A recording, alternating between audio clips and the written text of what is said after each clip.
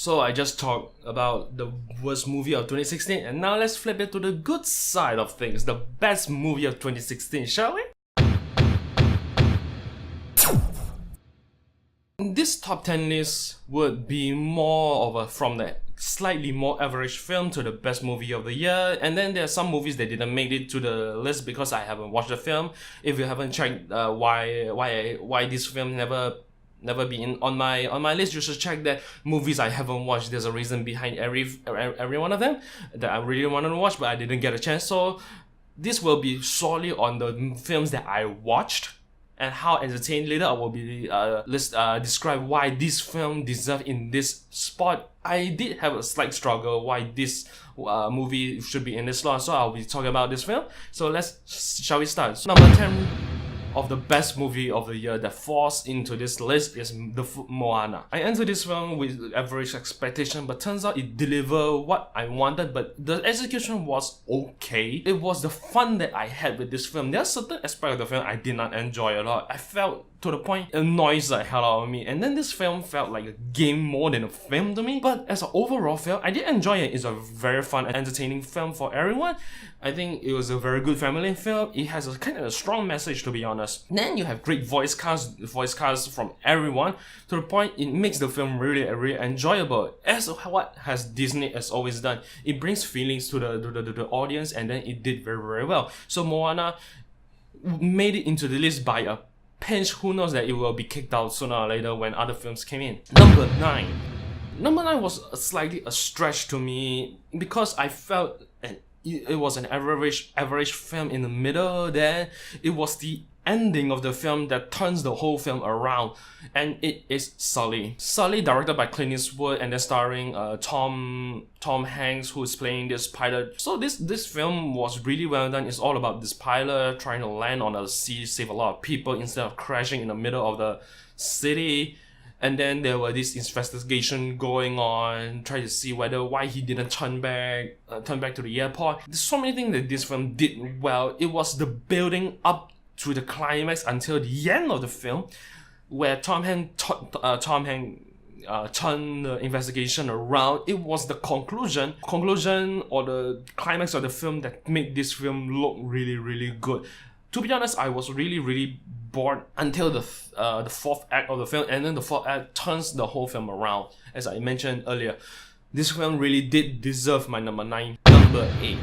Number 8, it was kind of unpredictable for me, and honestly, this film did something very different for me, which really did deserve in this spot, which is Doctor Strange, Marvel's Doctor Strange.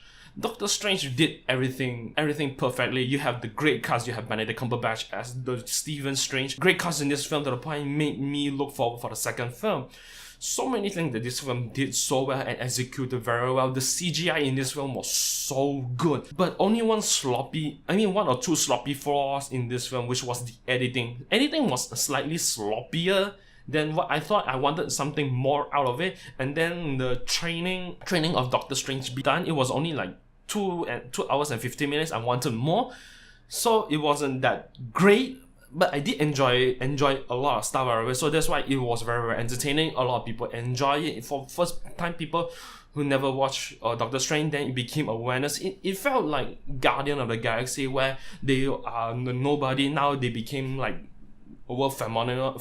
Everyone gets to know him, and that's what this film did so well. So Doctor Strange really deserved my number 8 spot. Number 7. This film was really on the edge for me, as in it was really what I wanted from this kind of film. And then when I had a deep thought about this film, and then actually this film deserves more credits than it should be, and it is Rogue One, a Star Wars story. Rogue One Star Wars story is the Star Wars that I always wanted. I'm really tired of the lightsaber battles or the Force or all this lightsaber Force stuff. I'm really tired. I really want to see a true Star Wars film, but this film barely even made it to my number 7 spot. It should be number 9 or number 10. Because there's so many things that I really wanted more, but I should give it more credits to it. Garrett F. Wood. So many things that I do like in this film that should deserve the credit. The Star Wars that I wanted, and then everyone performed very well. There's not a lot of not bad stuff in this film. I did enjoy this film quite a lot, to be honest. So Rogue One really deserves my number 7 spot. Number 6. To be honest, it was kind of sad that this is not my number 5. In this film, it's not in my number 5 spot, but it did made it into my top 10 list, and it is Jungle Book. Jungle Book is one of those childhood cartoon by Disney as well that I grew up watching with my brothers. He enjoyed the Jungle Book out of it a lot. It's literally the movie that he grew up with. I grew up with Lion King. He grew up with Jungle Book, and then seeing this a remake, I had a very, very shaky feeling about it. I wasn't sure what I'm going to get out of this film. Turns out Jungle Book is a really, really good film. It's a really, really good remake. It's a very good retell of the film about this boy Mowgli in the jungle. The reason why this film done so well, as in the execution was well done, the CGI was really real, the voice cast was really, really good. Other than Bill Murray is just being Bill Murray, but it was Ben Kingsley voicing Bagheera was so realistic to the point that I felt like Bagheera was real. Even for Scarlett Johansson as Kaa the snake, it was, even though it's such a short moment and a wasted moment, but that snake felt damn real, even just for like a minute or two.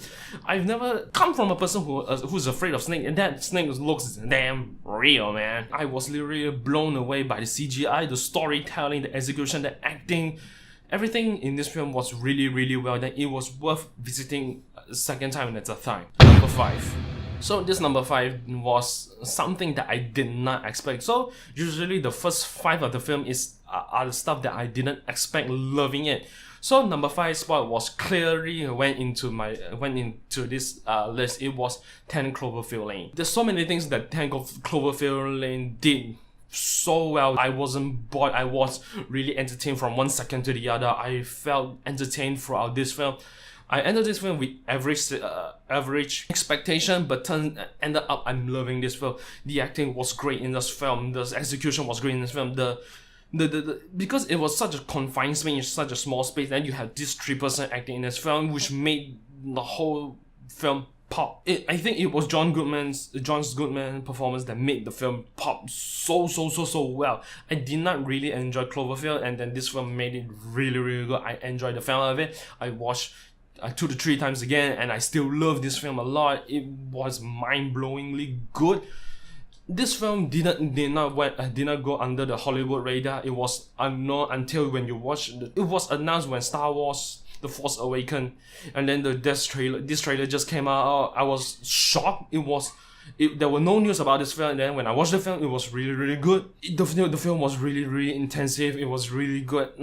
There's nothing went wrong with this film other than the fact that I want more. I really, really want more of this kind of film. I really want more from John Goodman. I really want more from Number 4. Number 4 is one of those films that I really did not expect, loving it. And the film, and coming from a person who doesn't like to get scared, I don't like scary movies at all, and it's Conjuring 2. I enjoyed the first Conjuring 1. It was scary as shit. I watched the film in my own home with the lights on. Because of the success of this, the first Conjuring, I went to the cinema and watched the Conjuring 2, and it was my first experience of a horror film in a cinema. And this film did it scared the shit out of me in this film. Even though some stuff wasn't executed well, but it was the scariness of the film that made me almost shit my pants. The cinema experience watching a horror film was really, really good. It was scary as shit. So many things that are really well done. So the reason why this one made into my number 4 spot is because of the experience I get from the film. If I watch at home, it will be a slightly more different because I will be watching with the lights on. I will have my pillows covering half of my face. While this one, I have nothing. It was in a dark room. I was watching this scary film. So many things this film did so well. The execution was well. The acting was well. The scariness was well done. Everything just did very well. So this one did really deserve my number 4 film. Number 4 spot. Number 3. Number 3 is one of those films that I really did not expect. I felt like it was a very, very kiddie film. But turns out I like it more than I thought. It's one of those good, very, very good Disney moments. Like, when I watched Frozen, I had very, very low expectation to it. Turns out it was a very good classical Disney film. Same goes to Big Hero 6. Big Hero 6 was I had slightly higher expectation, but turns out it was a really good film. And this film is Zootopia. There were a lot of animals, right, which really led me misdirected.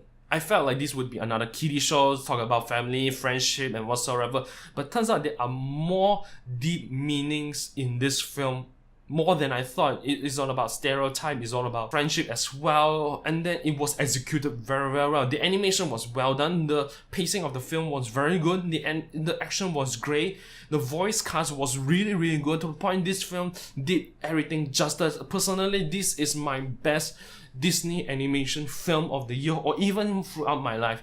I'm not bored every second of the film, to the point every moment, every reference in this film was well done. You can get the reference if you're a movie buff. And then I'm really, really happy about this film. I came out this film smiling. It's the experience I've come out with. I watched the film the second time, make the film even clearer. I love the movies like this that make me unexpectedly good. This film was unexpectedly good. I went in with a very, very wrong concept, and this film did so much justice to it. This is why Zootopia deserved the third spot. I love this film so much, so that's why it really deserves my number third spot. Number 2. Alright, number 2 is kind of a very, very predictable for me. As in this, I'm trying to promote this film quite a lot, but no one really gives a shit about it. But it really deserves my number 2 spot. It's Kubo and the Two String. Kubo and the Two String is a very, very underrated stop motion film. And this film is literally my number 1 stop motion film of all time. It was Chicken Run, but Chicken Run, have to put it aside. It was good. It was a very, very good, entertaining film. But Kubo and the Two String literally blew my mind. I watched this film twice in the same week. This film was so good. The execution was so good. The effort in this film was so good. I forced both my brothers to go and watch this film. The second time I watched this film was with my younger brother.